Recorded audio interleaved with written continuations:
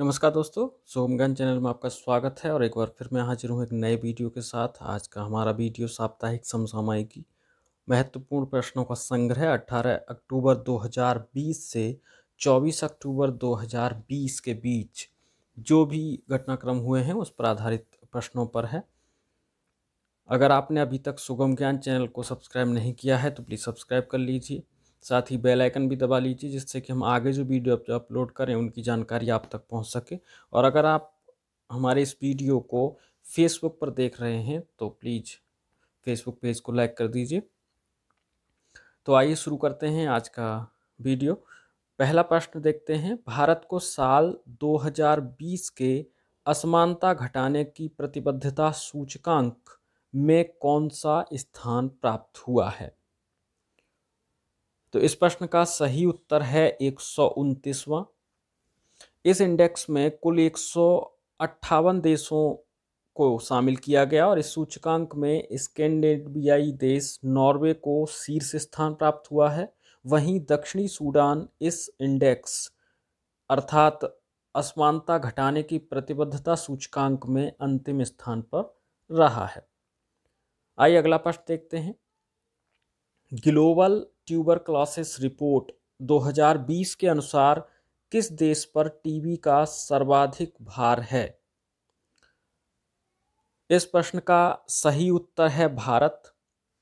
विश्व स्वास्थ्य संगठन अर्थात WHO द्वारा हाल ही में जारी ग्लोबल ट्यूबरक्लोसिस रिपोर्ट 2020 के अनुसार भारत पर टीबी के मरीजों का सर्वाधिक भार लगभग 26% है। दुनिया के जो 26% टीबी के मरीज हैं वो भारत में हैं। अगला प्रश्न देखते हैं, हाल ही में चर्चा में रहा बेपी कोलंबो का क्या है? बेपी कोलंबो क्या है? तो इस प्रश्न का सही उत्तर है अंतरिक्ष यान। ये एक अंतरिक्ष यान है। यह यान यूरोपीय अंतरिक्ष एजेंसी और जापान एरोस्पेस एक्सप्लोरेशन द्वारा 2018 में संयुक्त रूप से लॉन्च किया गया था। इसका उद्देश्य बुध ग्रह के बारे में जानकारी एकत्रित करना है। हाल ही में इस यान ने शुक्र ग्रह को पार किया है और शुक्र ग्रह को पार करने वाला यह पहला यान बन गया है। इसने हाल ही में 17,000 किलोमीटर की दूरी से शुक्र ग्रह की तस्वीरें भेजी हैं। अगला प्रश्न, विश्व बैंक विकास समिति प्लेनरी की हाल ही में हुई 102वीं बैठक में भारत का प्रतिनिधित्व किसने किया? इस प्रश्न का सही उत्तर है निर्मला सीतारमण। बैठक में भारत का प्रतिनिधित्व केंद्रीय वित्त मंत्री निर्मला सीतारमण ने वीडियो कॉन्फ्रेंसिंग के जरिए किया। आइए अगला प्रश्न देखते हैं, आयुष्मान सहकार योजना की घोषणा किस केंद्रीय मंत्री ने की है? तो इस प्रश्न का सही उत्तर है नरेंद्र सिंह तोमर। केंद्रीय कृषि मंत्री नरेंद्र सिंह तोमर ने सहकारी समितियों द्वारा स्वास्थ्य सेवाओं का बुनियादी ढांचा बनाने हेतु 10,000 करोड़ का NCDC Ayushman Sahakar fund launch किया है।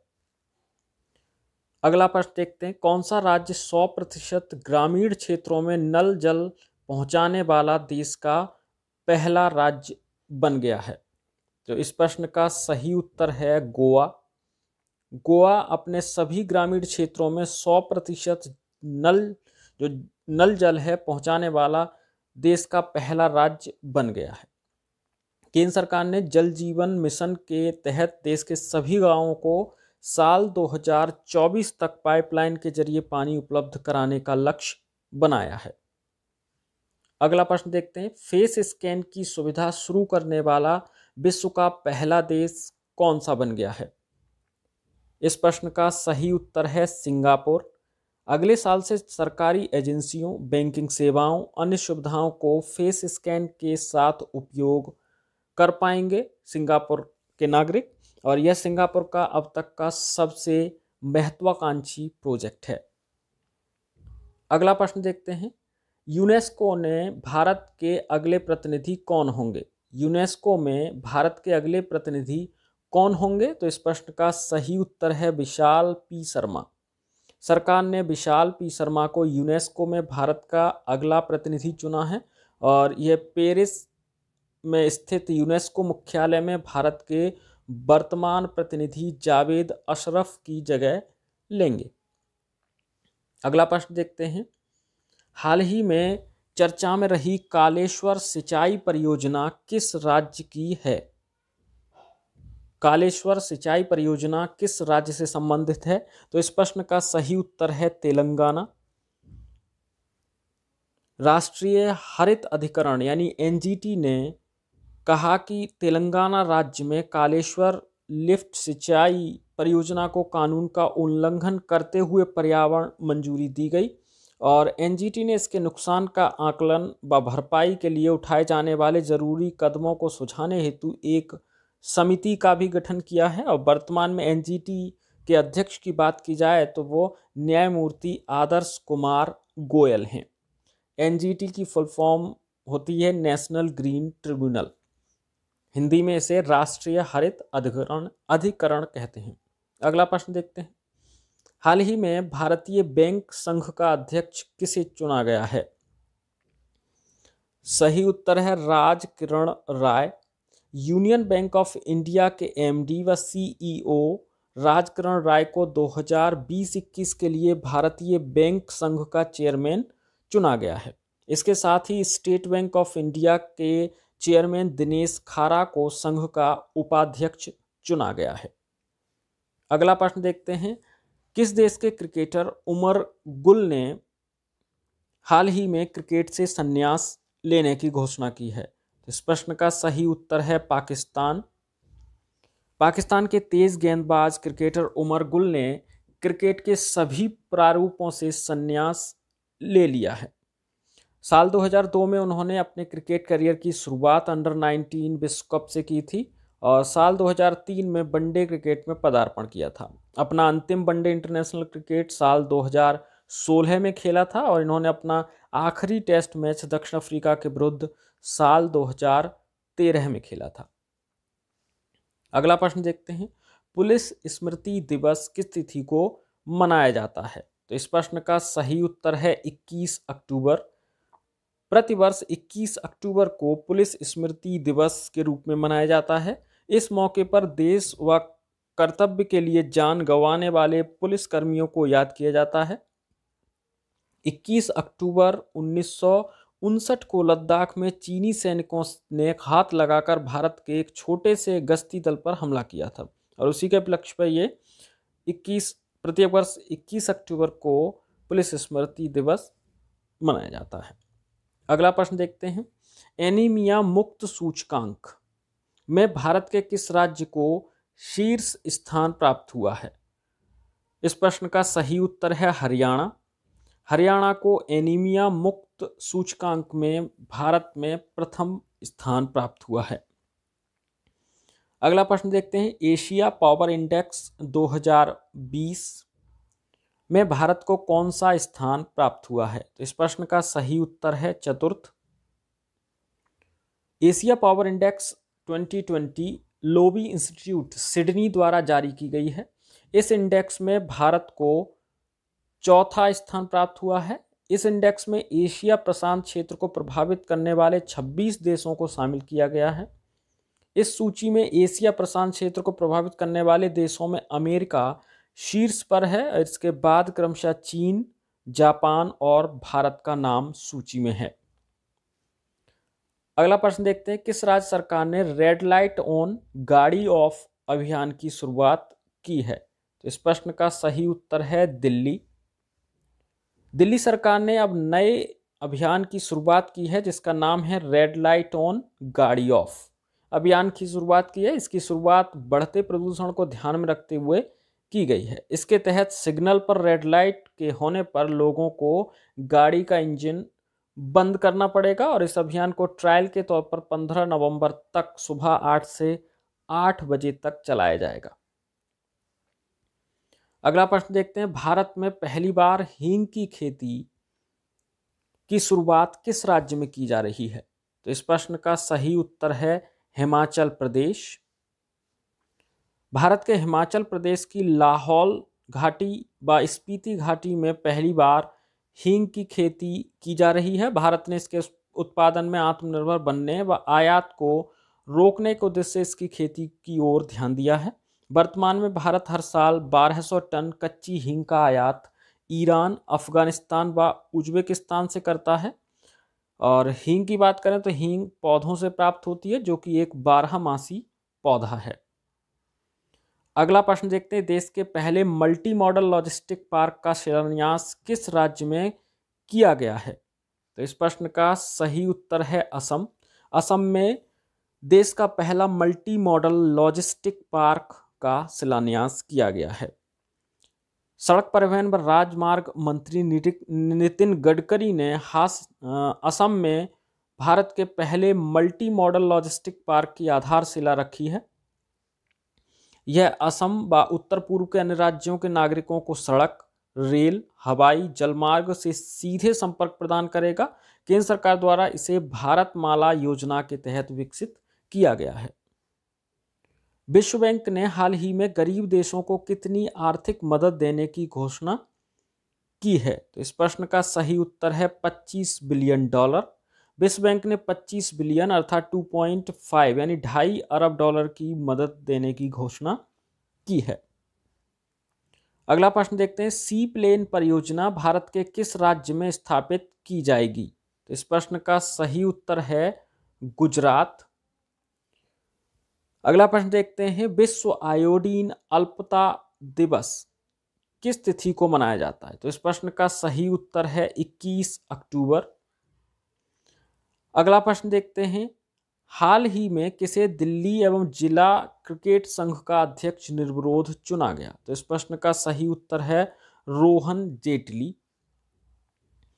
अगला प्रश्न देखते हैं, केंद्र सरकार ने लोकसभा व राज्यों की विधानसभा का चुनाव लड़ रहे उम्मीदवारों हेतु चुनाव खर्च कितना बढ़ा दिया है? तो इस प्रश्न का सही उत्तर है 10%। आइए अगला प्रश्न देखते हैं, रिलायंस जियो ने हाल ही में किस देश की क्वालकॉम कंपनी के साथ मिलकर 5G तकनीक का सफल परीक्षण किया है? तो इस प्रश्न का सही उत्तर है अमेरिका। क्वालकॉम कंपनी अमेरिका की कंपनी है, जिसके साथ रिलायंस जियो मिलकर के 5G तकनीक का सफल परीक्षण किया है। अगला प्रश्न देखते हैं, हाल ही में किन दो भारतीय राज्यों के बीच सीमा विवाद के चलते हिंसक झड़पें हुई? इस प्रश्न का सही उत्तर है असम, मिजोरम।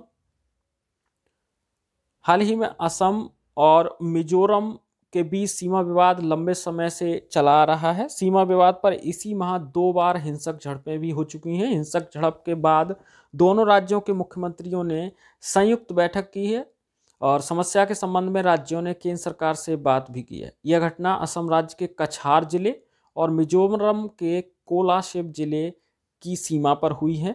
दोनों राज्य एक दूसरे से लगभग 164.6 किलोमीटर लंबी सीमा साझा करते हैं।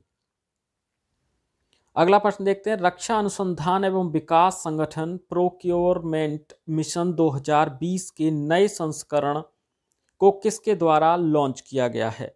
इस प्रश्न का सही उत्तर है राजनाथ सिंह। केंद्रीय रक्षा मंत्री राजनाथ सिंह ने रक्षा अनुसंधान एवं विकास संगठन प्रोक्योरमेंट मिशन 2020 के नए संस्करण को लॉन्च किया है। इस मिशन का उद्देश्य रक्षा अनुसंधान और विकास में लघु, सूक्ष्म व मध्यम उद्यमों की भागीदारी को अधिक प्रोत्साहित करना है। अगला प्रश्न देखते हैं, हाल ही में चर्चा में रहा ओसिरिस रेक्स क्या है? तो ये एक स्पेस क्राफ्ट है।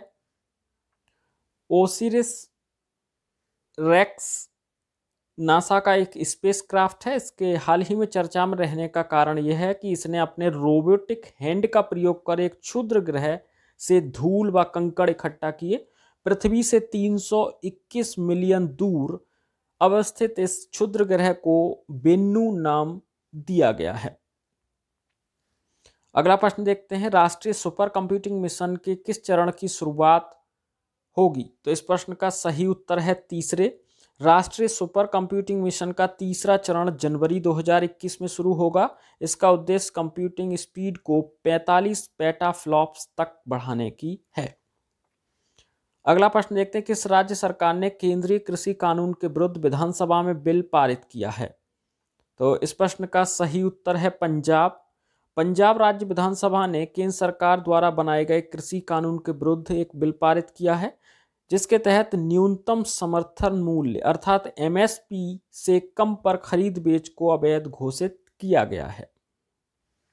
अगला प्रश्न देखते हैं, मानवाधिकार हेतु संयुक्त राष्ट्र उच्चायुक्त ने विदेशी अंशदान यानी विनिमयन अधिनियम की समीक्षा करने के लिए किस देश से कहा है? तो इस प्रश्न का सही उत्तर है भारत। अगला प्रश्न देखते हैं, इस बात की जांच कौन करेगा कि शिक्षण संस्थान उपभोक्ता कानून के अंतर्गत आते हैं या नहीं, और सेवाओं में कमी के चलते उन पर मुकदमा दायर होगा कि नहीं? तो इस प्रश्न का सही उत्तर है सुप्रीम कोर्ट। अगला प्रश्न देखते हैं, किस राज्य के केंद्रीय मंत्रिमंडल ने पंचायती राज अधिनियम को मंजूरी प्रदान की है? तो इस प्रश्न का सही उत्तर है जम्मू कश्मीर। जम्मू कश्मीर के केंद्रीय मंत्रिमंडल ने जम्मू कश्मीर के लिए केंद्रीय मंत्रिमंडल ने पंचायती राज अधिनियम को मंजूरी प्रदान कर दी है। अगला प्रश्न देखते हैं, केंद्रीय आवास और शहरी मामलों के मंत्री कौन हैं जिन्होंने हाल ही में ई धरती जियो पोर्टल की शुरुआत की है? इस प्रश्न का सही उत्तर है हरदीप सिंह पुरी। हरदीप सिंह पुरी ने ही ई धरती जियो पोर्टल की शुरुआत की है। अगला प्रश्न देखते हैं, किस संस्थान के Covirap corona virus diagnostic test को ICMR सर्टिफिकेट मिल गया है? तो इस प्रश्न का सही उत्तर है IIT खड़गपुर। अगला प्रश्न देखते हैं, ताइवान किस देश से उन्नत air to ground missile system खरीदेगा? तो इस प्रश्न का सही उत्तर है अमेरिका। अमेरिका $1 अरब में ताइवान को उन्नत एयर टू ग्राउंड मिसाइल बेचने जा रहा है, और चीन की बढ़ती शक्ति के चलते ताइवान अपने सुरक्षा बल को मजबूत कर रहा है। अगला प्रश्न देखते हैं, स्टेट ऑफ ग्लोबल एयर 2020 के अनुसार साल 2019 में किस देश ने सर्वाधिक वैश्विक वायु प्रदूषण दर्ज किया है? तो इस प्रश्न का सही उत्तर है Bharat. State of global air 2020 के अनुसार साल 2019 में वैश्विक स्तर पर भारत ने सर्वाधिक वायु प्रदूषण दर्ज किया। यह रिपोर्ट अमेरिका स्थित health effects institute and global burden of disease द्वारा तैयार किया गया। अगला प्रश्न देखते हैं, किस राज्य ने हाल ही में स्मार्ट ब्लैक बोर्ड योजना की शुरुआत की है? तो इस प्रश्न का सही उत्तर है तमिलनाडु। तमिलनाडु की राज्य सरकार ने 80,000 सरकारी स्कूलों में स्मार्ट ब्लैक बोर्ड योजना लागू की है। इसके तहत ऑडियो विजुअल शिक्षण सामग्री का उपयोग किया जाता है, और इस परियोजना से शिक्षण कार्य अधिक प्रभावी तरीके से संपन्न होगा। अगला प्रश्न देखते हैं, DRDO ने हाल ही में किस एंटी टैंक गाइडेड मिसाइल का अंतिम उपयोगकर्ता परीक्षण किया है? तो इस प्रश्न का सही उत्तर है नाग। DRDO ने नाग एंटी टैंक गाइडेड मिसाइल का अंतिम उपयोगकर्ता परीक्षण किया है। अगला प्रश्न देखते हैं, आयुष मंत्री श्रीपाद येशो नायक ने कहां पर अखिल भारतीय आयुर्वेद संस्थान में क्षेत्रीय रॉ ड्रग रिपोजिटरी का उद्घाटन किया है? तो इस प्रश्न का सही उत्तर है दिल्ली।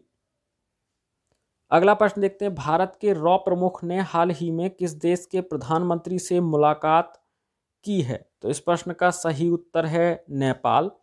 वर्तमान में रॉ प्रमुख की बात करें तो वो सामंत कुमार गोयल हैं। इन्होंने नेपाल के प्रधानमंत्री KP शर्मा ओली से हाल ही में मुलाकात की है। अगला प्रश्न देखते हैं, भारतीय रिजर्व बैंक ने हाल ही में हाउसिंग फाइनेंस कंपनियों के लिए न्यूनतम नेट ओन्ड फंड यानी NOF का आकार कितना तय किया है? तो इस प्रश्न का सही उत्तर है 25 करोड़ रुपए।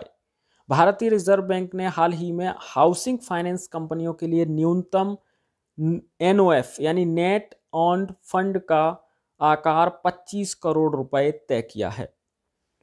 अगला प्रश्न देखते हैं, किस देश के राष्ट्रपति मिशेल एउन द्वारा साद अल हरीरी को प्रधानमंत्री पद के लिए नामित किया गया है? तो इस प्रश्न का सही उत्तर है लेबनान। अगला प्रश्न देखते हैं, हाल ही में किस IIT के स्थायी परिसर का उद्घाटन किया गया है? तो इस प्रश्न का सही उत्तर है IIT रोपड़। पंजाब में स्थित भारतीय प्रौद्योगिकी संस्थान अर्थात IIT रोपड़ के स्थायी परिसर का हाल ही में उद्घाटन किया गया है। अगला प्रश्न देखते हैं, किस केंद्रीय मंत्री ने वीडियो कॉन्फ्रेंसिंग के माध्यम से G20 anti corruption working group की पहली मंत्री स्तरीय बैठक में भारत का प्रतिनिधित्व किया है? तो इस प्रश्न का सही उत्तर है जितेंद्र सिंह। अगला प्रश्न देखते हैं, आदित्य बिरला फैशन व रिटेल में फ्लिपकार्ट ने 8% की हिस्सेदारी को कितने रुपए में खरीदा है? तो इस प्रश्न का सही उत्तर है 1500 करोड़ रुपए, अर्थात 1500 करोड़ रुपए में आदित्य बिरला फैशन व रिटेल में फ्लिपकार्ट ने 8% हिस्सेदारी को खरीदा है। तो ये थे आज के हमारे वीडियो के प्रश्न। अब एक प्रश्न आपके लिए है, तो आइए देखते हैं। ये रहा आपका प्रश्न।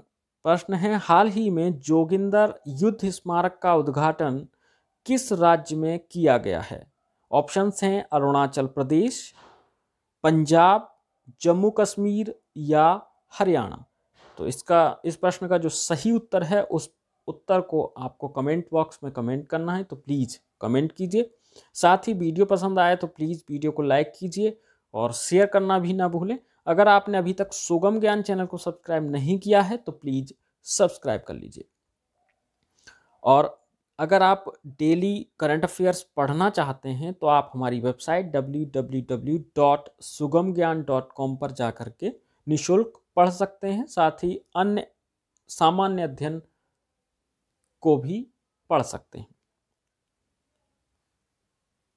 पूरा वीडियो देखने के लिए आपका बहुत बहुत धन्यवाद।